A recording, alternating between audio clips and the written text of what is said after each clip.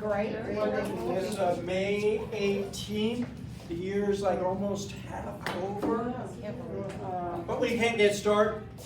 I need to hit the gong. You gave it to Jasha. She stole it. No. That's not good enough. Hit it harder. Boom. All right. So normally, what we do now is what? On-time drawing. Well, we're not doing on-time drawing. Why? We're not doing. Mila, what? No on-time drawing? We're going to do the drawing a little later, and it's not necessarily going to be an on-time drawing. So anyone that comes late, Charlotte, sign in. Okay. Everyone signs in for a chance to win. What's the prize? Yeah, the Cusco Super Shears. Nice. Cusco Super Shears. So stay tuned for that. All right. I got to talk quick. Most of it I have to talk quick. All right. You know the drill. During the next hour, take some pictures of me, take selfies, take group pictures, check in on the Real T1 group Southwest, not the private group, at the end. All right, there's my broker information. Rev-ups, upcoming rev-up training. So tomorrow is your database is your business and creating your online presence. So why am I holding this? I'm not going to answer it. So database is really, really, really important for your business. I always say you need to have 4 to 6 lead sources, and your number one lead source should be your database, and all of your other lead sources are feeding your database. So if you're not getting at least 50% of your business from your database, maybe you should come to my class tomorrow morning at 9 o'clock. So I go over systems, I go over tools, kind of give you a blueprint of how to get business from your database. And Mo is going to be talking a lot about getting referrals as well. So I'm looking forward to him. So that's tomorrow. Your database is your business, 9 to 11. Next Wednesday is Module 3, the Sales Cycle and Effective Client Communication. Newest member of our team, Dennis, is going to be the instructor next Wednesday. Then next Friday, a week from tomorrow, is the Residential Purchase Agreement, and Tim is the instructor on that one. Happy hour! We all love our happy hour. It's already next week? No. No, it's a week from tomorrow, right? Yeah. Yeah, so a week from tomorrow on the 26th. We do it last Friday of every month, and normally we buy food and drinks. This time, we're having pizza. Not just any pizza. Pizza made by me. So I have a pizza oven. I'm going to bring in my pizza oven and make a bunch of pizzas. Stephanie thinks I'll need to make like 10 pizzas. I don't know. But I'll be ready to make 10. What kind of pizza are you making? Probably just basic, pepperoni, probably sausage, maybe a Hawaiian. Dang, that's basic. I hate to see what the real thing is. So come next Friday and I'll demo it for you. She's like, how do you like it? I was thinking about getting one. So, yeah. Look, Look, the mine. happy hour. There's a lot of different manufacturers out there, but I like the one I ended up with. So again, that's next Friday. I'm supposed to talk fast, aren't I, Mo? I'm not doing it, am I? You're fine.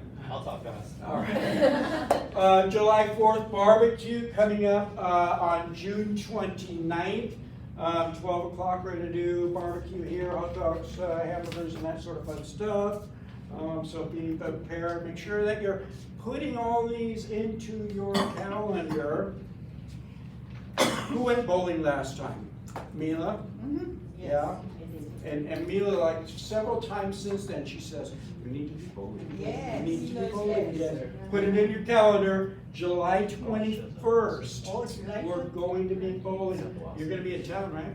Yeah, I mean. All right, good. Mila is traveling more often than not. So anyway, we found a venue that's close by. Last year, we had to go all the way to Kentucky. I mean Henderson. So where is it now? So it's in Town Square. Oh, Oh, nice. nice. So much the Yeah. better. Oh, they have a bowling alley July there? 21. Yeah, I don't get out. Yeah, me neither. That's awesome. So yeah, that'll be July 21st.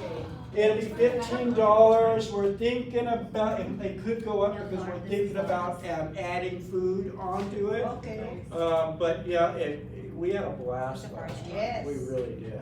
So with that calendar, July 21st. Then the following month in August, we got a lot of, I almost said we have a lot of shit going on. It's okay, we're all real. Yeah, I won't. We got a lot of stuff going on this summer. So in August 26th, Super Summer Theater. So tell me this, who has not been to Super Summer Theater? It is a blast, you guys. It really is. So Super Summer Theater is it's up at Spring Mountain Ranch. They have a full-on amphitheater up there with a large grass area. You bring your blankets and chairs, or they rent chairs there for you, and they have a full-on play. They have 3 plays throughout the summer. And it's so cool, and yeah, it's so cool, because it is actually cooler up there. Oftentimes you need to bring a jacket because it cools down. It's in the evening. Yeah.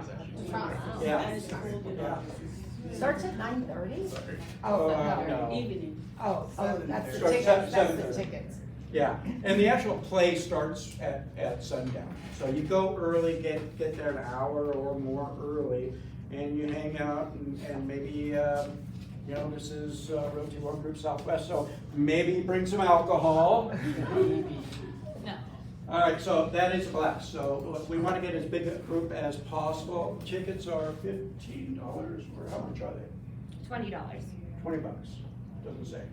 But yeah, it's $20, it's a blast. All right, today's food truck is Street Kings. I have no idea what kind of food Street Kings has. Maybe street food. But anyway, every Thursday, every Thursday, there's food truck right out that way. So between 11 and 1:30. All right, if you have a hot new listing or a open house that you want to promote to the office, get the information to Stephanie, and she puts that email out every week. Every Friday it goes out with the hot new listings and the open houses. So Thursdays before noon, get that information to her, and then she'll put it in the email. So does it have to be a flyer for you to just post, as opposed to just the information? Do you want a flyer? Do you want the MLS number? Do you Yeah. want? I would like both, because sometimes it doesn't pull your MLS number. Meaning, are you creating some kind of flyer to post, or do you need that? No, it goes in an email, so if the MLS number is able to be pulled from the program that I use, it'll automatically pull the photos from the MLS. Okay. But sometimes it won't be able to pull the MLS number, so that's why I asked for the flyer. So, flyer and MLS number. All right, cool. This week's Pet of the Week. So if you want your pet featured as our Pet of the Week, email Stephanie with a picture of your pet. We do dogs. We almost did a snake one time. Did we do a bird? Yeah, we did my bird. We did your bird, yep. I think we might have done a cat, but I don't know why. No, I didn't say that. I love cats. So this week's Pet of the Week is Bean. Bean. Bean is a Chihuahua, and that's Quinn's dog. Oh. And Maida actually has Bean's brother or sister. Oh my So that's our, I like the name. isn't he adorable? All right, we have a new feature every week. So it kind of, it's come to our attention that we have, you wanna get that? Sure. It's come to our attention that we have a lot of stuff. We have a lot of tools, a lot of stuff that we, and sometimes it's a little overwhelming, what we have. So we're gonna do tool time once, every week. We're just going to feature one thing that we have. And there was something that just got added, I think it was on the 10th, so within the past week, that I'm going to show you. And what it is, all right, so everyone knows that we have this Creative Studio, right? Yep. All right, so maybe we'll go over the Creative Studio sometime, but this is not the time we're going to do it. We're going to go over something that was just recently added into the studio here, is some prospect guides. What they are is we have a listing presentation and a buyer presentation already in here. So, so if you want like the buyer presentation, just hit. Let me show you where I went first, is right here under where it says Realty One Group Prospect Guides. Then I clicked on presentations and I came up with these two, the listing presentation and the buyer presentation. So we're just gonna take a quick look at the buyer presentation. So it's create design and create design again. It's fully customizable, fully personalizable. It's 33 pages, so it's going to take a minute or so to download. But again, and it's funny because just last week, one of the agents Tyler came up to me and said, "Do we have a buyer presentation?" I said, "No, we really don't at this time." And then like with the next day or two, corporate said, "Hey, we have these coming out now." So it's really cool and very easy to modify. If you know Canva, it's very similar to Canva or anything. I mean, it's just click and so this is it. I think Justin had one too that was available. I mean, that's through Rock Title, I guess. So yeah, either Rock Title has something, but this is specific to Realty One, and it's you can do whatever you want. You can add pages, you can take pages out. There's places to put your own. It automatically put my picture in there. Yeah. I don't even know what that says. That's nothing. So you need to put in your own bio in there. What's that? I'm surprised it doesn't pull it from the actual, you have to create your own within the system. Yeah. Should be able to pull it. Should be, but it's not. No, it's not. It's Greek. Or I was like, or what is that Latin. Spanish? And then you put your own, just personalize it, yeah. So that's our one tool. You sold it too. Yeah, he sold him the house. Cool. He sold Tony Stark a house. Yeah. You didn't know that? All right.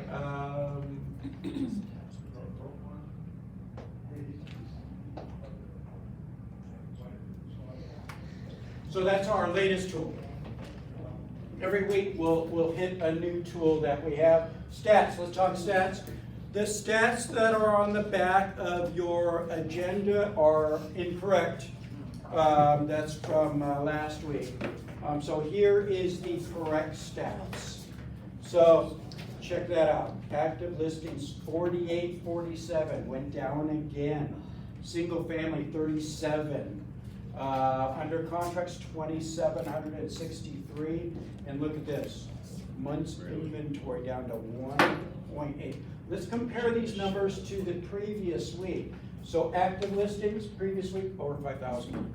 So we went under 5,000 for the first time in a while. Single family is 37, it was 38, so that went down. Last week sold 2,600, this week 2,700. And then last week, month's inventory 1.9, we went down to 1.8. So, you know what?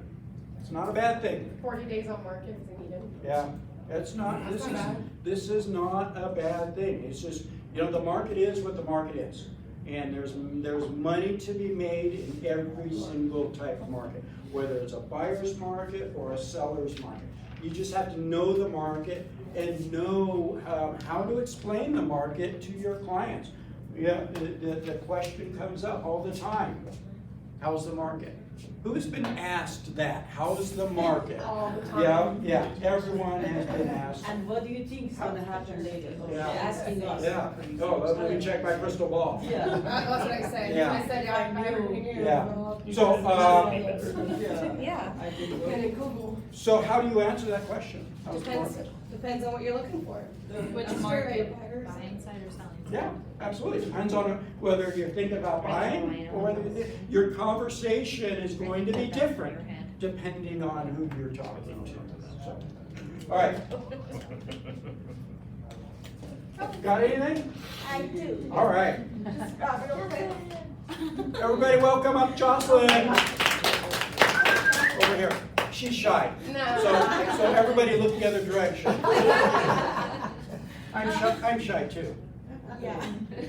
No, I just wanted to talk about Justin Taylor's video today on Rock University. It's 9 ways for real estate agents to leverage data in 2023. But we do have a change within Rock University where the video library is no longer in the Rock University website. So now you're going to click on it, it's going to redirect you to YouTube. So it's easier to search of all the videos. Oh, Yeah. nice. That's nice. And also, please subscribe to our YouTube channel. I think he has like, oh, perfect. He has like 400 subscribers now. We're trying to get to 1,000 soon. So, yeah. We'll spread the word. So we're gonna have this, the 9 ways real estate agents should leverage data in 2020. We're gonna have that right here at 1 o'clock. And then next week is 7 creative ways to generate more real estate leads in 2023. So that should be a good one as well, and that will be here in this classroom as well. Live on Zoom. All right? Any questions for Rock Title? Great. Thank you, Jocelyn. All right, Charity is not here, but remember, so Charity is a great lender and a great resource. Now we have who you're all here for is Cusco Mo, talking about a whole lot of great stuff. He's debuting his new presentation. So we're excited to hear what you have to say. Thanks. Right here. You're there. Perfect. And then, do you guys want to do the drawing now? Yeah. You guys like Yes. free stuff? All right, first of all, did everybody sign in? Yes. They're gonna miss the beginning. Sorry. Everybody sign, anyone need to sign in still? They're gonna miss the beginning of my presentation. I can't have them on my. There. Yep. So by the way, these guys really just for fun. These are our scissors. Anyone here seen our scissors before? No. No. Okay. I did about 10 minutes ago. So they're really cool. They come apart for easy cleaning. wow. You can cut like What the chicken, hell? lobster, whatever you want with them. I got a penny right here. You can put a penny? So you can prove that's a real penny. Yeah, it's Yeah. hard. Tell them. So that's teeth in there. It's good for gripping stuff. And then yeah, you can cut whatever you guys want. So paper, chicken, thin metals, fabrics, whatever. So Wow. Do you have to sharpen it? After a certain- just like all Cutco, we do free sharpening for replacements. So if you guys ever, who needs a wine opener? So they're like 150 bucks if you guys go on our website. But yeah, Wow. excited to see who wins this. All right, so here we are. We have 2 blank spaces. So if number 1 or number 8 is chosen, I get to take another pair of scissors home. No, they would be for me. Oh. Did you sign in? No, I did not. Then it's not for you. That makes Paul. All right, number is Oh. number 9, Oh. Lewis.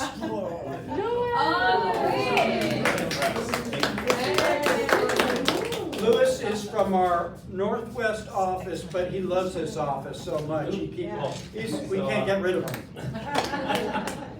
You try. This is the You first can, one in this one, huh? You can put a good word in for Jeff for me. That'd be will. great. So, good morning, everyone. So yeah, I apologize. You guys are my guinea pigs today. This is a brand new We made all those. lesson that I'm really excited about as soon as I learn technology. Okay, there it is. So as you guys know, my name is Mohammed Sultan. I'm going to talk to you guys about one of my favorite topics on planet Earth, which is modern day referral strategies. I love getting referrals. Hope you guys do too as well. And basically, this is a really important topic because you should also have a class on PowerPoints. But it's a really important topic because obviously I need that referrals class. are it's the key to any business, right? And so I'm going to start off really quick with a story about my friend John.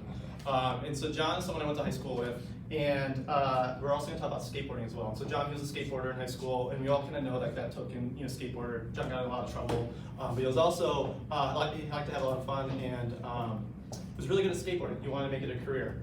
And so all throughout high school and college, he actually started to become a little bit of a professional skateboarder, went to some other contests, and one of the contests he went to was out in Seattle. It's called the Sound and the Fury.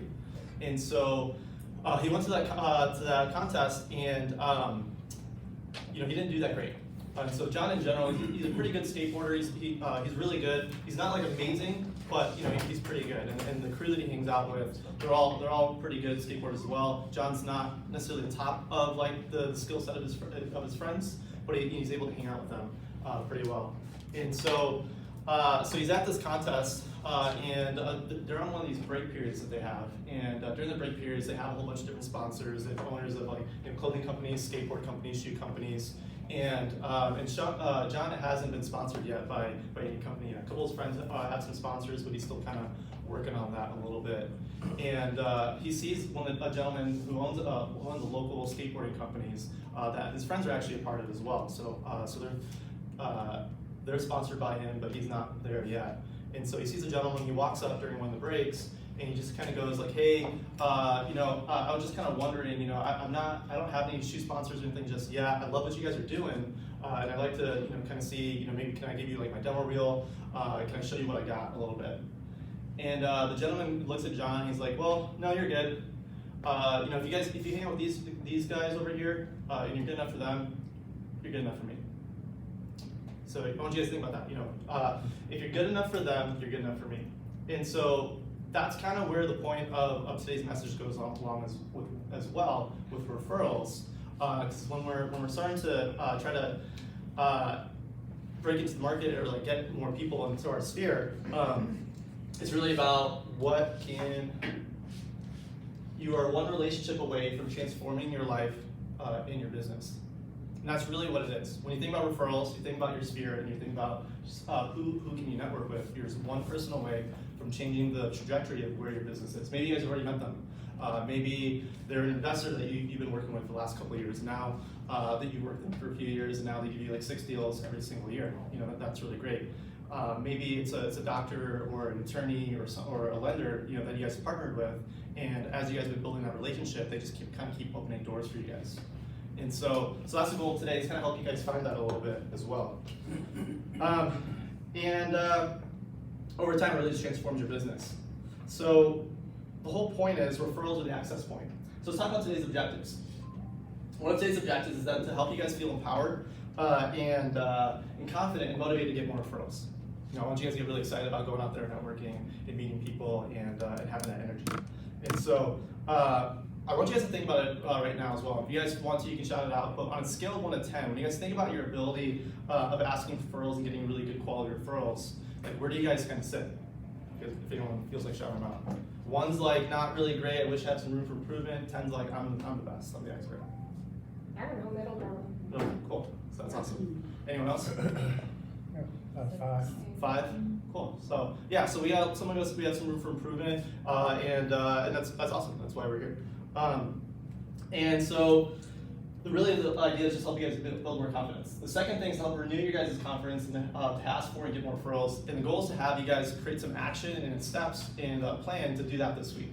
I don't want to teach you guys something and have you guys take 3 months to implement it, I want you guys to be able to have some tools that you can take with you by the end of today and start getting some immediate action.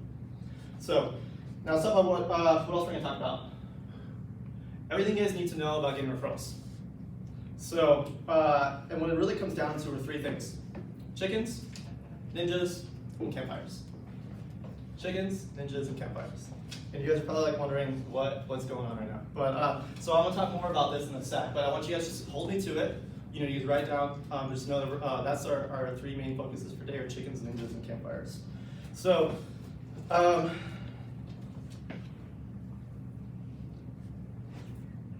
Question for you guys. When you guys reflect on the success of your business, why do you guys even love referrals? Because you know you're gonna get the deal, because it's a referral. And usually when somebody refers you, they trust you to work with you, so it's a better, reception from the actual person that you use it because of the referral. Referrals are easy. Yeah, you don't need to prove yourself to them. And when you guys think about a referral, what is a referral? A referral is basically, it's a testimonial that someone had a certain experience, and they're introducing you to someone else that they would like to have the same exact experience with you guys as well. And so, why else are referrals great? Besides the fact that they're really easy and they're usually pretty good. Any ideas? You can get more referrals out of it. Yeah. So it helps compound a little bit, helps grow your business. Exactly. And it doesn't cost anything, by the way, to generate, right? Exactly. Referrals are free. Yes. I mean, when you guys think about all the different ways you guys take to generate leads, referrals, there's nothing that costs less than a referral. And so why spend all this time working on, all the other lead generations are great, but when you guys think about profitability in the business, you really can't beat a free marketing tool, right? So, so that's a couple things on there. Now there's two different types of referrals. The first one's passive referrals. This one's, you guys probably get a lot of passive referrals here and there. Passive referrals are pretty obvious. Basically, if an obvious opportunity comes up, there's like, hey, can you meet my friend, or it's something that just happens organically, exactly. So there's passive referrals, and the second one is active referrals. Now this one requires a little bit more work, and so with active referrals, basically it's when we directly ask the client for. Actually, I want to go back for a second. There's one big challenge with passive referrals. And the challenge with passive referrals is that you don't really have a lot of control over it. Since it happens organically, it kind of just happens in everyday, day-to-day conversations. You can't always expect that to help fuel your business, right? And so with active referrals, this is one that definitely takes a little more effort, but it's also something that you guys can control. Because this is you guys actively going out and asking your sphere and your clients and trying to generate more leads. So it's directly asking for clients and proactively creating opportunities for your clients to refer to you. So I want to talk about, why do people not get referrals? So don't ask for them. That's the first one, yeah. So, and is that my first one? Yeah. You already know my power. They don't ask. That's really the first thing right there. And the reason why, by the way, it's just they just kind of. Have you guys ever talked to a client before, and then they're in conversation, and there's like, they casually mention, oh yeah, my sister, she moved into town, and so they use another lender or another realtor, and you're kind of thinking to yourself, why? You're like, why didn't you tell me about your sister that was moving to town? And it wasn't that they were just like trying to avoid you or they didn't like you or that. They just didn't think about it. They're just like, oh yeah, my sister came in town, and she just went on Zillow and found the first person that called her back, right? And so they're not even thinking about that. So some of us aren't getting referrals simply just because we're not asking for them. The second one's they're too afraid to be pushy. When you guys think about the closing process a little bit, you go through this whole experience a little bit, and a lot of people they come across as like a taker, or like they feel like they're becoming a taker, And so you don't want to ask because you just don't want to be like, hey, can you always keep giving me stuff, right? I don't ever feel like that sometimes. They're like, I don't know, I just don't want to keep asking and asking and asking. You sound like a broken record. Yeah. So, and that was a big challenge for me early in my career, because I was constantly just like, I didn't want to be that guy that was always the taker and not a giver. A lot of people want to kind of have a little bit of ebb and flow with it. But honestly, it was really interesting because when I found that as I started asking more for what I wanted, I genuinely found a lot of people were very happy just to help me. And I'm sure you guys do the same thing. So the second thing is they don't have a referral process. In fact, a lot of you guys, maybe you guys heard me, if you guys have heard me speak in the past before, it's really interesting. In Forbes stat, 10% of businesses, 100% of businesses would love more referrals. That's pretty obvious, right? But only 10% of businesses actually have a plan in place to how to create more. I want you guys to think about that. I want you guys to think about your own business. If you guys have a plan or not, and if you do have a plan, are you actually following it and executing it, or is it just kind of really something really nice to have on a business plan sheet? The second one is they just assume, if I do a good job, they're just going to come. They just assume that, hey, if I provide really great service, if I just help this deal get closed, like, they're just going to flock to me. My clients are going to get so ecstatic, and they're just going to tell everyone about me. And not saying that's not the case, but again, as we talked about earlier, sometimes it just doesn't come up. And the whole idea is, how do you create those conversations about you when you're not there?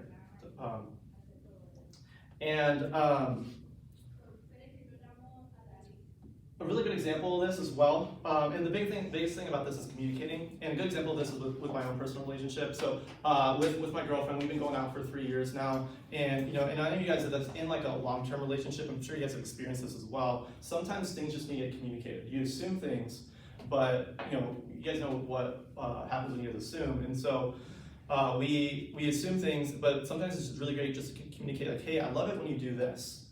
I love it when you say this, or when this is how you make me feel. And sometimes people, I'll be honest as a guy, like, you just don't always like pay attention. The ladies in the room probably just like, why don't you know these things? But yeah, sometimes people we're just oblivious. And so just need to communicate more. Hey, I love it when you make my coffee this way. I love it when you do the dishes. I love it whenever you do that. Just communicate to your clients, communicate to people in your sphere. And so it's gonna help the relationship. And the last one is that they're not talk aboutable. Now, if you guys haven't heard that phrase before, it's basically because I invented it, and it's Oh my gosh, the first time I've heard that. Yeah, and so you're not talking about it all. I'm gonna grab my water real quick, but basically, are you guys creating opportunities for people to talk about you? Yeah, I don't know. Sorry. Oh, go I ahead. haven't met anybody else. Yeah, we need more for participation. But what's your name? Daisy. Okay. Yeah. Cool. So I I might have you volunteer. You don't have to ask her to participate. But you guys aren't creating opportunities for your clients to talk about you and your services. I'll talk more about this later on, but a lot of agents, unfortunately, at the end of a transaction, they don't realize it's the beginning of a relationship. They just think the end of a transaction is the end of a transaction on there. And I talk about this all the time as well. 88% of the population loves a realtor, but only 1 out of 10 actually use them again, which is crazy, and that's in our stat. And so, so as we're, so just kind of helping you guys create a little bit more of a better mindset. Those are the main reasons why you guys don't get referrals. Now let's talk about the referral mindset. You got a seat. I was getting water, I needed a break. So the referral mindset. So to get referrals, you guys have to be able to get into having a right mindset, especially with the challenging market right now. Obviously, the market's moving really fast, but you guys still have to do some work to be part of it. Would you guys agree?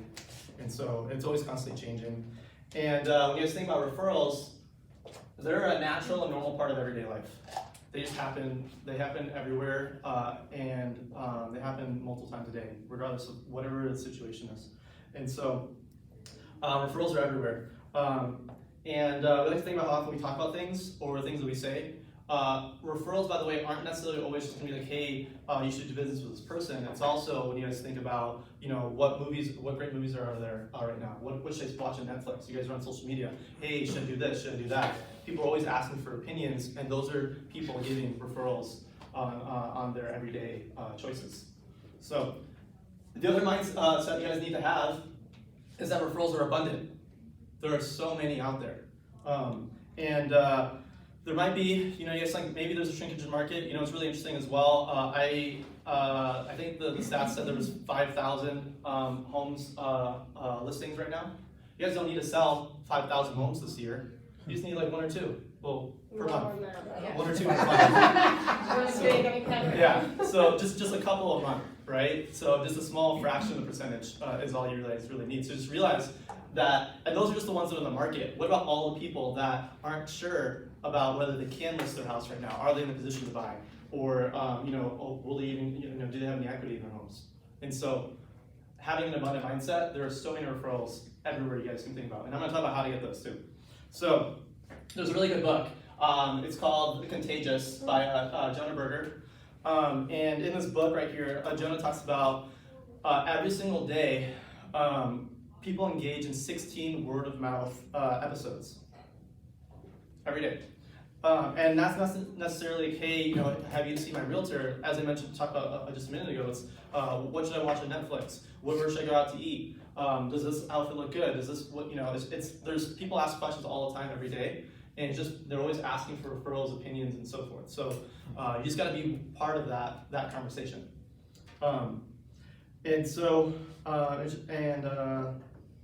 Yeah. We also talk about referrals, and I mentioned that earlier. It's also about creating those experiences, and then how do you have those? How do you have your clients share their experience that they had with you, with everyone anytime something like real estate comes up, or just in general. Hey, let me tell you about this amazing person I work with. Yeah, that's essentially what we're referring. I'm not going to talk a ton about this today. I'm going to talk about it a little bit, but we'll get to that in the last couple slides. But I'll talk about the process for today. And the process is we have the 100K client philosophy. Basically what we're going to do, and that's going to be the first thing I talk about. Then we're going to talk about how to identify a referral potential of a client. Unfortunately, not all clients have the same referral opportunity as others. Not saying all clients aren't, they are all valuable, but obviously some have a little more worth than others in terms of just their potential. Having the right mindset, creating an inspiring client vision. This is going to be really important later as well, and then how to become top valuable. So let's dive in. Let's talk about the 100K client. So what is a 100K client? It's a client that generates $100,000 in revenue through their. All the time. What's that? That one that talks about you all the time. Yeah, and so another one that through their transactions and referrals. Yeah. And so how does that look? Now there's a couple different ways to have a 100K client. The easiest way to do it is to sell a $3.3 million home. Now obviously, with splits and commissions, all that stuff, there's gonna be a little bit of variance in there, but essentially you guys get the point. You gotta sell a really big house and you can get $100,000, right? Now that's easier said than done, right? And so for a lot of other people as well, if you're not doing a lot of luxury listings, that's totally okay, because another option is to get 3 transactions and 7 referrals at $300,000, which is a lot easier. Would you guys agree? And so that's over the course of however long you guys want to take that, whether that's 3 transactions over the course of a year, 10 years, whatever. Try not to do 10 years though. But yeah, so that's 100K client. Now, it might be understandable that you might at first treat the first client a little differently than the second client, right? If you don't immediately understand the potential value of that second client. But as I mentioned before, it's how do you create that, and how do you have every client worth the same amount, or how do you identify who has those opportunities? And so a quote that I got from a good friend of mine. I don't know if you guys ever read The Miracle Morning, Hal Elrod. So he was my business coach a long time ago, but he has a quote that basically is every success was preceded by a process. So what goes into our relationships, you gotta think about, you don't just automatically have success here and there. You gotta have a process to help you achieve that goal. So I want you guys to answer this question. What process would you guys need to have to become, what people need to go through to become a 100K client? So I want you guys to think about that a little bit. And so really it's about creating those experiences. And so what are all different experiences? A lot of different intangibles that you guys come up with. There's a lot of things. By the way, I'm sure you guys have experienced, real estate in general, it's very emotional. And so there's certain things that it's hard to replicate all the time, but there are certain things that you can replicate every time throughout your experience. There's a lot of ups and downs and things like that. Just make sure you focus on the ups. But an interesting story that I thought I want to share with you guys is with a lender client of mine. She was telling me, when I asked her this question about how do you create a $100,000 client, she told me the story about her client, Jared. This was back in 2016, it was a while ago. And Jared, it was an interesting experience because he was looking for a mobile home And it was a $160,000 loan, USDA loan, and obviously it's probably the worst type of loan you can get for a mobile home. And there was a lot of challenges. He didn't have a lot of money. He didn't have very good credit, and she stuck with him throughout the whole process. It took like a year to close. It was a very long, drawn-out process. And but she got the deal done. And at the end of that, the manufacturer, the company that was selling all the mobile homes, they go up to her and they say, hey, would you be open to just being in charge of all of our deals moving forward? And at the time, she wasn't trying to like close this big deal with this mobile home manufacturing company. She's just trying to help Jared out, get the house that he really wanted to, that he could afford. And it turned into Her being the main source. her being the main source. And then now since 2016, that mobile home manufacturer is her #1 referral partner every single year. And she does a lot of deals with them. And so kind of begs the question. So if you guys treated every single client as if they had the opportunity to become that 100K client, how many of them might actually end up becoming one down the road? And so this is where the chicken comes into play. So I'm sure you guys are wondering what's with the chicken, right? And so when you guys think about the chicken, and it comes to the concept of having breakfast. When you guys have eggs, eggs make a really good breakfast, right? And you guys can have as many eggs as you want for your breakfast, but eventually you're gonna run out. And so how do you get more eggs? Well, you gotta get a chicken, right? And by the way, I love chickens. If you're thinking like, hey, we should eat all the chickens, things like that, I love them. They're great. A neighbor has one. I get some free eggs here and there. They're awesome. But the way to get And they taste good. And they taste good, yeah. And so the way to keep getting fed, you get fed once with 1 egg, but if you have a chicken, you can keep getting fed every single day because they're constantly laying eggs. So how do we find these chickens? And how do we identify them? And so basically our goal is to be able to get a little bit more acute in our ability to identify potential referrals in our clients. So there's a concept that I pulled from a book called The Tipping Point by Malcolm Gladwell. And I kind of adjusted it a little bit to be more relevant to real estate. But basically it's a concept of client identification based on influence and reach. And so basically the way it works, you're gonna have high influence and low influence clients, and you're also gonna have high reach and low reach clients. And so when you think about high influence and high reach, or low influence and low reach, it's when you have a group of people, obviously I'm sure you guys have in your own network some people you kind of take advice from more than others, right? Just because they're just more influential. Those are gonna be your high influence people. The different types of people you can think about. So the first example I'm going to give is a salesperson. And so for a salesperson, typically they'll usually the type of individual that doesn't always have like the highest reach sometimes, but there are some salespeople that have really good influence. And they might not know a ton of people, but the people they do know, they're always going to be quality people. And actually, and this goes back to when I talk about my girlfriend Rochelle. She doesn't know a lot of people, but she's kind of an introvert, to be honest. But she has a really good small friend circle. And anytime her friends are ever looking for any type of advice, she's the one that they go to. And anything that she says, they always do to a T. Like they listen to every word that she says, just because she has a lot of experience in different things. She's super smart, and so which is great. Now you might start. I'd be able to identify these people right away, but as you guys are starting working with your own clients, you'll start to notice, small things. Are people constantly always going to that person for advice? And you're gonna start noticing who are the people that she's that she is attracting a little bit, or they in general, not just my girlfriend. But yeah, so the second one is the connector. Now the connector, this is like the social butterfly. They're the one that just goes out there everywhere. They go to all the networking events, they go to all the mixers, they go to all the places. You see them all over the place. I think of my insurance agent as a really great connector. He's awesome at introducing me to a lot of people. Now, the one challenge with the connector is that they might be able to introduce you to a lot of people, but all the referrals don't always necessarily stick. They kind of throw out a really big wide net. Whenever I think of my insurance agent, usually every time I meet him, he's always like, hey, who can I connect you with? Who do you need to meet? What are you working on right now? And he'll usually give me like 5, 10, names of people, and he'll send out the emails with the text messages and says, hey, you guys need to connect and talk. And maybe like 1 or 2 or 3 out of those, 10 will land. that's fine. You know, I'd rather shoot a net for 10 and get 1 or 2 than shoot for 1 or 2 and fall short, right? So you guys might have that person in your sphere. You think about that. Who's someone that just always knows everyone? They might not have the highest influence, but they definitely can introduce you to whoever you want to get introduced to. So the third type of person is the maven. The maven is someone that has high influence and then also high reach. They're the ones that they just know everything. What's that? The mega?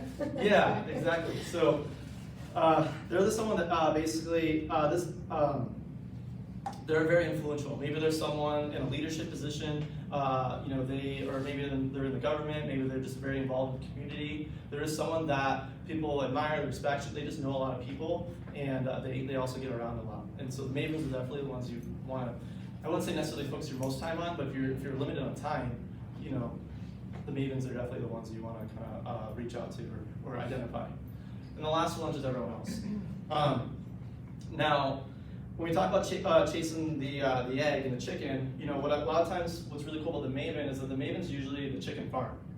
You know, the maven's always the one that's laying a whole lot of eggs, but people always hang out with people that are very similar to them, right? And so the maven usually knows a lot of other mavens that can also open more doors for you as well. And so it's kind of really exciting when you get into that, when you find that person, because then they find similar people who can do the exact same thing, cast a wide net. And the last one, like you mentioned, there's everyone else. And at some point, we've all been the everyone else kind of category where you have low reach, low influence. There's nothing wrong with those people. I was that person, you know, 3 years ago when I first moved out to Las Vegas. I didn't know anyone, but everyone kind of goes in their ebbs and flows a little bit.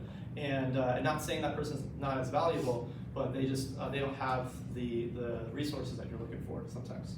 But what's really cool too, though, is when you identify those people, you can also help them, and I'm going to talk more. There's a fun story I'll talk about later on. Is that no one ever gets stuck in that everyone else category forever. You know, eventually they're going to move on to all the other categories, whether they're going to be connector, or maver, or salesperson. And it's nice to be in that, identify that, knowing that before they're there. So anyway, like I said, who do we want to focus on? Or the mavens. That's just when if you have the least amount of time, focus on the one that's going to give you the highest yield for return.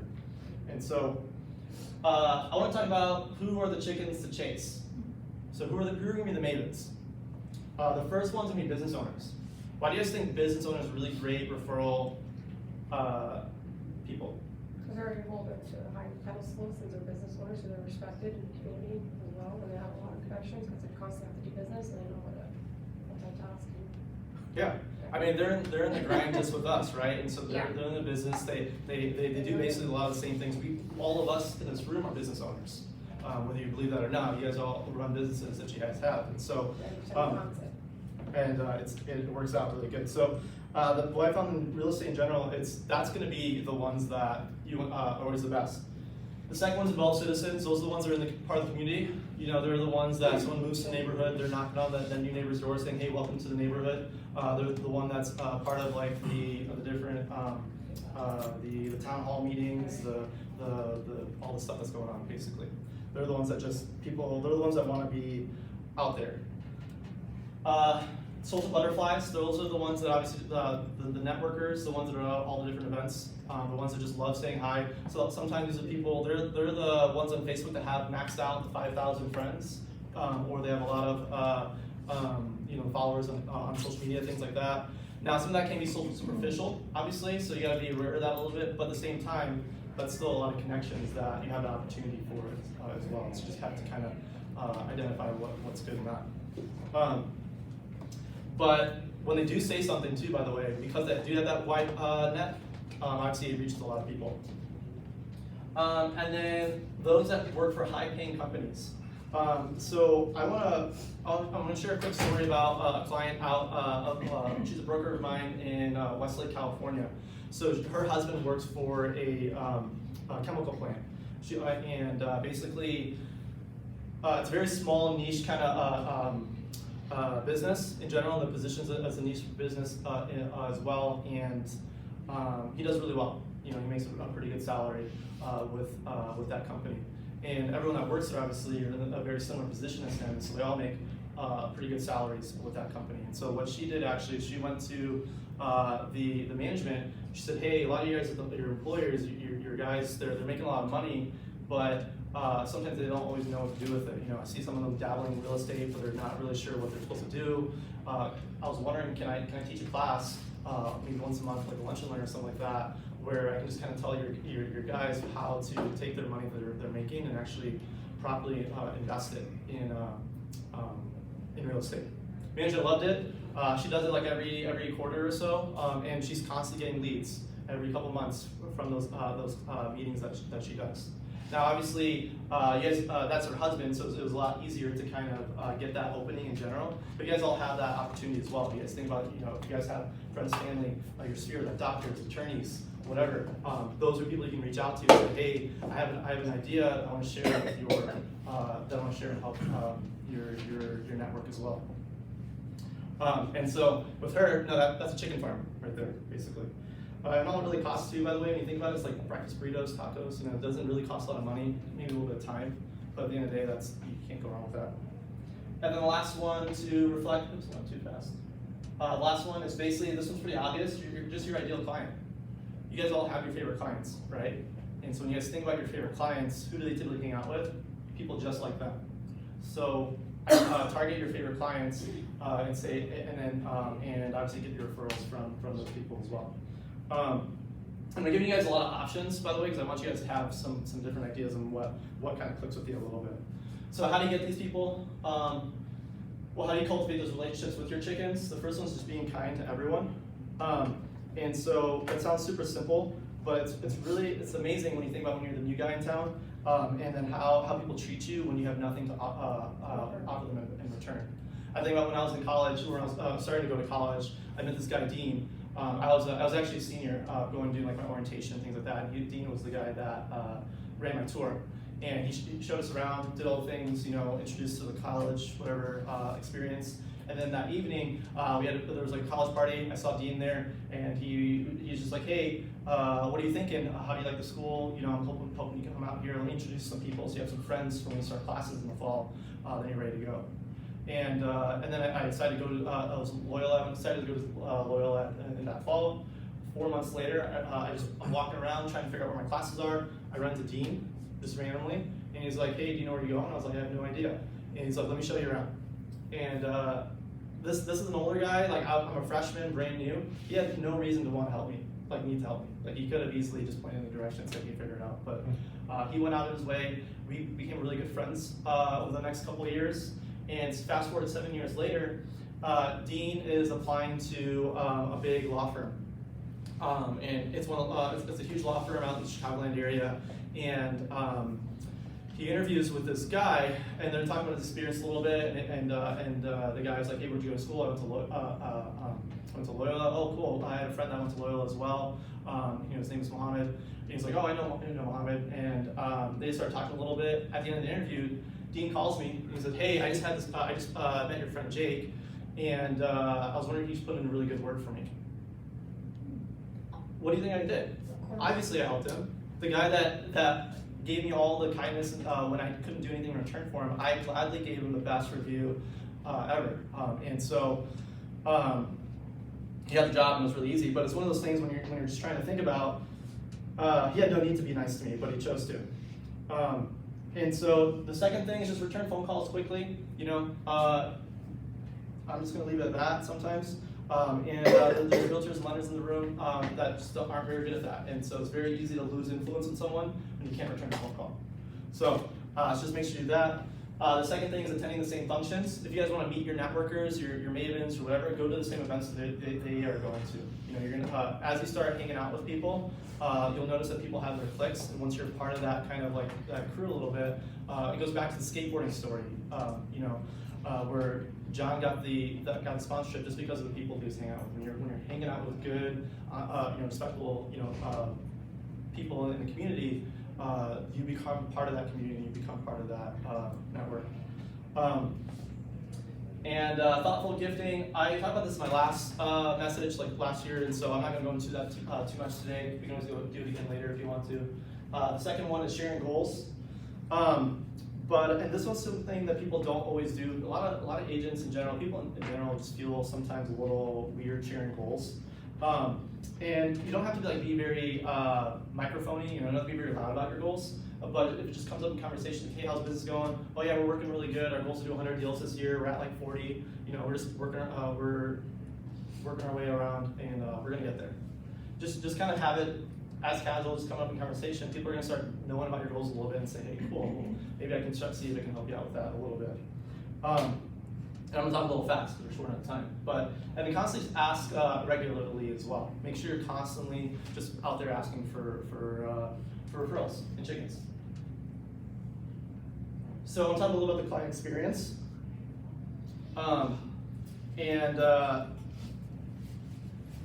When you think about the client experience, there's a difference between why people start doing business with you and why they keep doing business with you. They start doing business with you because you solve a certain problem that they have. They keep doing business with you because they see a long-term beneficial relationship.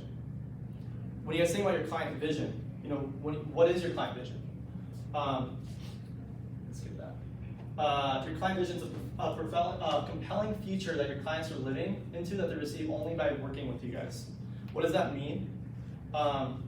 Basically what it means is when you guys think about your vision, what is your guys' vision? Is it just buy and sell homes? Or is there something more to that? Because if your vision is only to buy and sell homes, as soon as that house is sold, you're done. You have no more value to your clients. So what are you guys doing to help stay relevant to your clients after they've already moved in?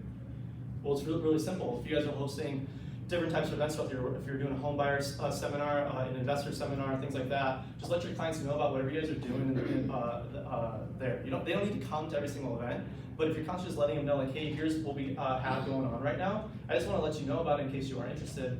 You're just constantly just letting them know, like, even if they're not interested, it's a way to create a conversation with your clients for other things to come up as well. So you can reach out to your clients regarding that. And then the other thing is, and the other vision I have right here is talking about martial arts. Anyone here a big martial arts person? Yeah. Yeah, okay. So I'm talking about Sam Uyghur. He's a martial artist. He has 7 martial arts studios in the East Coast, fairly stated. But he bought at 15. He was at a dojo. The dojo was going out of business. He actually financed the dojo with the help of his parents, and then from there he grew the one dojo to 7. And when he talked about becoming so now he's a really successful martial arts owner for the dojos. And there was a podcast where he was basically talking about, well, how did he get very good at growing the dojo? And he's talking about growing the vision of the dojo. Because when you think about martial arts and karate in general, martial arts isn't about kicking and punching. It's about developing discipline, character, and respect, and what parent doesn't want that for their child? If you're enrolling your kid into a martial arts student, are you trying to teach them how to kick and punch? Not really, right? There's a lot more to it as well. So he creates the vision of becoming a black belt. So how do you become a black belt? Well, you teach the kids at 7, 8, 9 years old. Well, become a black belt. First of all, you got to make sure that you have a clean uniform every single day you come to class. But if you're gonna have a clean uniform, you also have to make sure you have a clean bedroom as well to keep your uniform really good. If you're gonna become a black belt, you have to have respect to your elders and your sensei. If you're gonna have respect to your elders and sensei, you also have to have respect to your parents and the people at home as well. And so you create this vision that obviously their parents are like, okay, cool. Well, this is what my kid is learning at the martial arts dojo. Why would I take them out of it when they're learning all these really great ideas? Same thing with your client vision for your homeowners. So successful homeownership, you share with your vision. My mission in 2023, I have to update that, but is to create 30 successful homeowners that are set up to create generational wealth through real estate in the greater Las Vegas area. That's your vision. Or you can change it to whatever is applicable to you guys. Another vision is our vision to create 100 or 1,000 successful homeowners who are able to create generational wealth through the greater Minneapolis area. I had a brain fart this morning. So so just kind of give you an idea on that. That's your goal. It's not just to help them buy and sell one house. It's to help them invest and have a really great real estate portfolio that they can pass on to their kids and their future family. So last thing I want to talk about, we're super short on time, so I'm going to be really quick on that. But I want to talk about Edwina Birch. And Rena Birch, it's really interesting with her. If you guys aren't familiar with her, she's actually the #1 rated Google, has the highest engagement on Facebook, according to Google. And as soon as I went on her profile, it was very easy for me to figure out why she was. And it's really just about, when you guys think about Facebook and social media in general, what do people typically do? What images a lot of times they'll post on Facebook and social media? Oh, hey, I sold a house, help my clients, they're great, I'm awesome, and use me for all your real estate needs. Does that sound kind of familiar? Paraphrase a little bit. Hey, help my clients do this, help them do that, look at me, I'm awesome. And a lot of people, what they're doing is they're using Facebook as a way to kind of project themselves and have this big microphone of how great you are. When you guys look at the engagement on those, by the way, I'm sure you'll notice they're not very high, because it happens a lot. And so what Rita did, she was talking about a little story on here. I'm gonna read the story, it's a little small to see. But story time, a little over 2 years ago, I started stalking Sherelle Levant. Yes, stalking, every time. I saw her, she knew she would hear, and every time I saw her, she knew she would hear, want to buy a house. She finally gave in and agreed to start the process. We encountered roadblock after roadblock, and each time I would say, I promise I'm going to get you to the closing table, don't give up on me, we got this. A few times we had to take a break and start over again, but I refused to let my frustrated sis give up. Fast forward, Sherelle closed in her new construction home today. It was such an honor to personally hand her key that she fought back tears.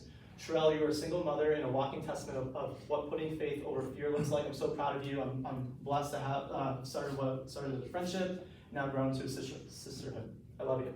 And it has her info on the bottom. When you guys think about that, I had to hold back some tears right there, right? That was a story, had a person, you got really into it, right? You're like, hey, well, what are the roadblocks? Roadblocks don't matter. You don't need to share all the things that happen with your clients. All you gotta know is that the people reading this, okay, you had some challenges, and you're that person to help them overcome it. And now she has a house. And the last thing I'm gonna share with you guys, when you guys think about how to create a good story, there's 7 parts to it, and I'm gonna go through those really quick. But when you guys think about it, the 7 parts, the first one is, oops. You have to have the person in general. And then you just have to have your whoever it is. You don't need to get into all the little media details as well. When you talk about on here, she doesn't paint herself as the hero of the story. She's not a hero. She just helped guide her client to the finish line. So you guys are your client's guide to successful homeownership a little bit, and everything's about her, and it's not always about you in general as well. Now you guys can take that and you guys don't have to have all these different stories, by the way, yourself. If you guys have a fun story that you heard in your brokerage, you can share your brokerage's stories. Hey, I heard this in our brokerage, this happened this week. And as you guys start having your own stories, you guys can just start sharing experiences from there also with it. Yeah. So to wrap up a little bit, so when we talk about the chickens, the ninjas, and the campfires, the chickens, basically is just identifying who are the people that can help grow your business, help feed you, help kind of connect you with all the different people in there. The ninja is the discipline that we have. What kind of vision are you guys creating for your clients? What can they expect working with you? What experience can they have having you as their person in real estate? And the campfire, and I didn't really talk about the campfire that much, but the campfire is a story. We love story time. When you guys think about growing up, you guys ever went camping? My favorite memories are always the ones by the campfire and the stories that I got shared. And so what kind of stories are you sharing about your experiences with your clients and their wins and their losses and their successes and you don't always need to talk about the losses, but it's just what kind of story and what kind of experience can you give with them as well. Does that make sense? Yeah. So last thing, if you guys want to stay in touch, that's my info right there. I hope you guys learned some really good stuff. And that's it. The end. Thank you. Again, like I said earlier, we're talking about database. Business from referrals is the best business to get. So thank you all for joining us. Thank you, Mo. Remember, no matter how you slice it, greatness is a choice. Let's go out and choose to be great. Thank you.